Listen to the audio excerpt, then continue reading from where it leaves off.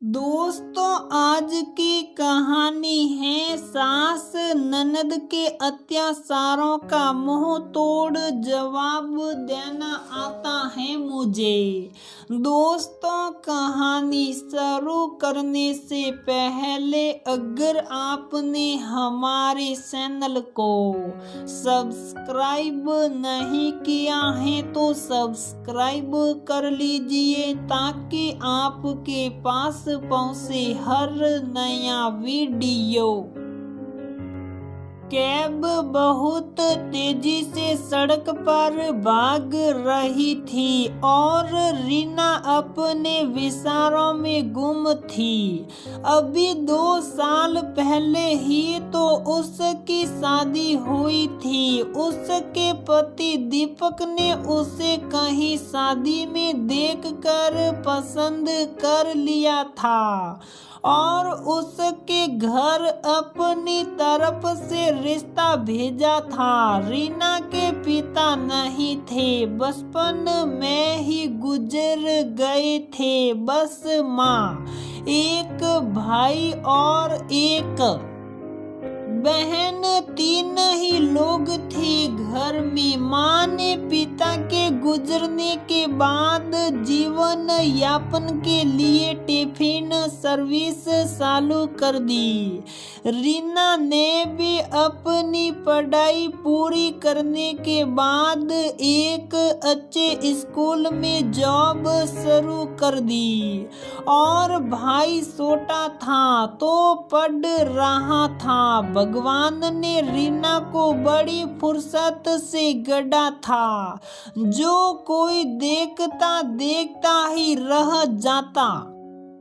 इसी खूबसूरती की वजह से दीपक ने उसे देखते ही अपनी जीवन संगिनी बनाने का निश्चय कर लिया। उसके भी घर में माता पिता, 2 बहनें और एक भाई था। ये लोग भी कोई बहुत बड़े धनवान नहीं थे क्योंकि पिता कुछ करते नहीं थे और घर के मामलों में कोई दिलचस्पी भी नहीं रखते।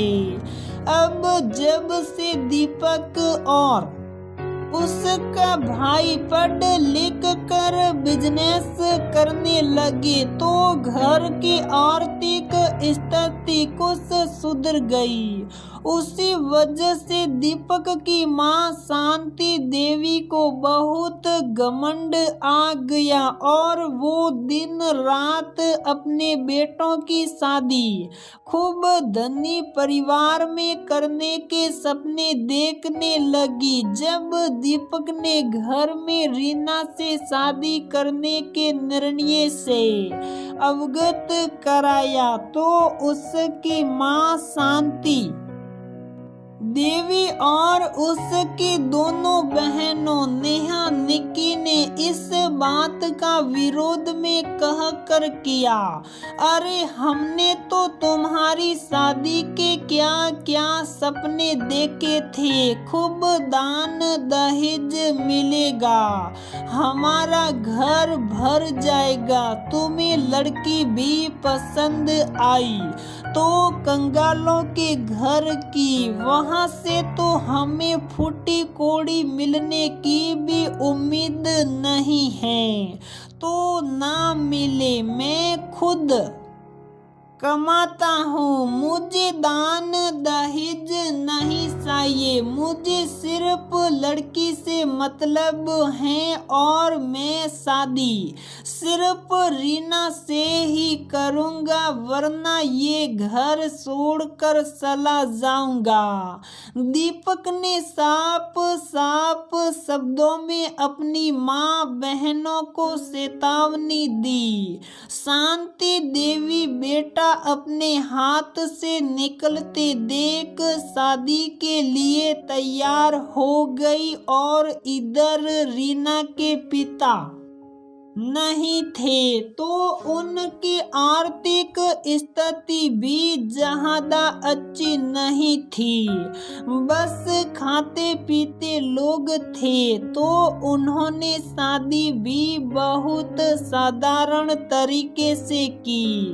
दीपक ने भी उन्हें हर तरह से आश्वासन दिया कि उन्हें परेशान होने की आवश्यकता नहीं है। हमें बस आपकी बेटी चाहिए, दान दहेज नहीं। तो उन्हें भी दीपक और घर बार अच्छा लगा। उन्होंने भी बिना किसी आपत्ति के शादी कर दी। रीना दीपक की पत्नी बनकर उसके घर में आ गई। दीपक तो रीना का साथ पाकर बेहद खुश था और रीना भी बहुत खुश थी अपनी किस्मत पर। शादी के बाद वो लोग घूमने चले गए। लौट कर आने के बाद दीपक के सामने तो उसकी माँ बहनें बहुत अच्छी तरह व्यवहार करती, लेकिन उसके जाते ही उसे तरह तरह से परेशान करती। हर समय उसके गरीब होने का ताना मारती। घर में बर्तन मांजने वाली और सफाई वाली आती थी तो उसे भी हटा दिया और सारे काम रीना के ऊपर डाल दिए। माँ और दोनों बेटियां हर समय रीना की निगरानी करती, उससे हर चीज नाश्ता पानी मेवे दूध सब छुपाकर ताले में रखती।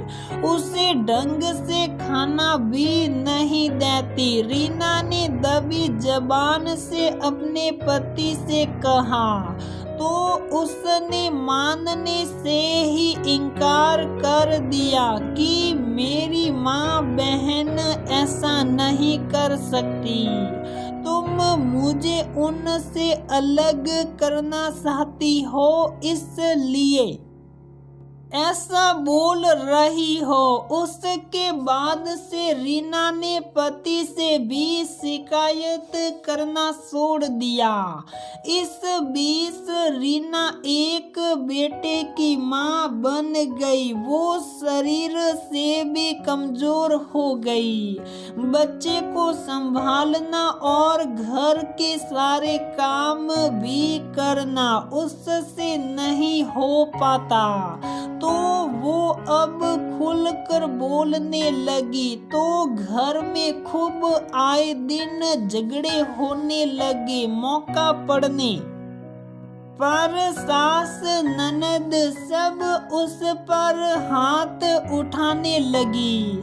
रीना भी पढ़ी लिखी तेज तर्रार आज के जमाने की लड़की थी।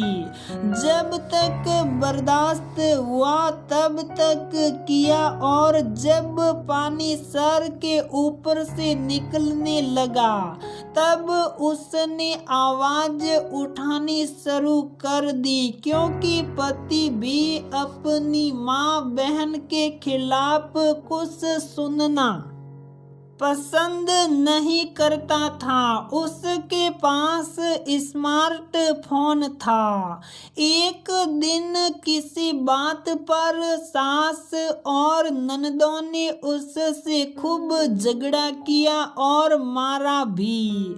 उसने भी अपना फोन रिकॉर्डिंग पर लगा दिया था और उन लोगों की सारी बातें रिकॉर्ड कर ली और खुद थाने जाकर रिपोर्ट लिखवा आई और बच्चे को लेकर मायके चली गई। उसने जो फोन में रिकॉर्डिंग की थी वो ससुराल पक्ष के सभी रिश्तेदारों को भेज दी। उससे भी उन लोगों की खूब थू थू हुई और पुलिस ने भी कार्रवाई की। उसके बाद पति को भी अपनी गलती समझ में आ गई और ससुराल वाले भी सुधर गए।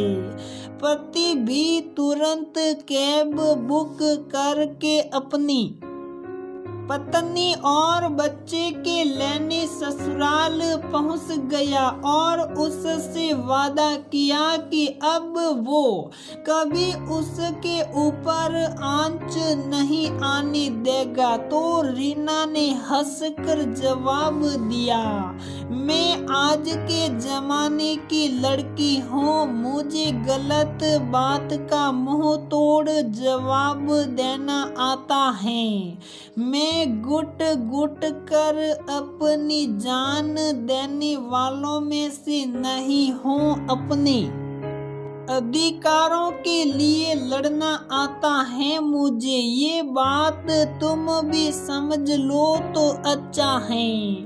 दोस्तों, देखा आपने, आज सब कुछ बहुत बदल गया है और मुझे तो लगता है सही भी है। पूरी जिंदगी घुट घुट कर, रो रो कर, अत्याचार सहकर गुजारने से अच्छा है उनके खिलाफ आवाज उठाई जाए। तभी हम खुलकर अपनी जिंदगी जी सकते हैं। आपको क्या लगता है, रीना ने जो किया सही किया या गलत किया? आज बहुत सी बातें पहले से बहुत ज्यादा आसान हो गई हैं, क्योंकि हर किसी के हाथ में मोबाइल है। कभी कभी लोग उसका सही इस्तेमाल भी करते हैं, कभी कभी गलत भी करते हैं। मेरा मकसद किसी की भावनाओं को ठेस पहुंचाना बिल्कुल नहीं है।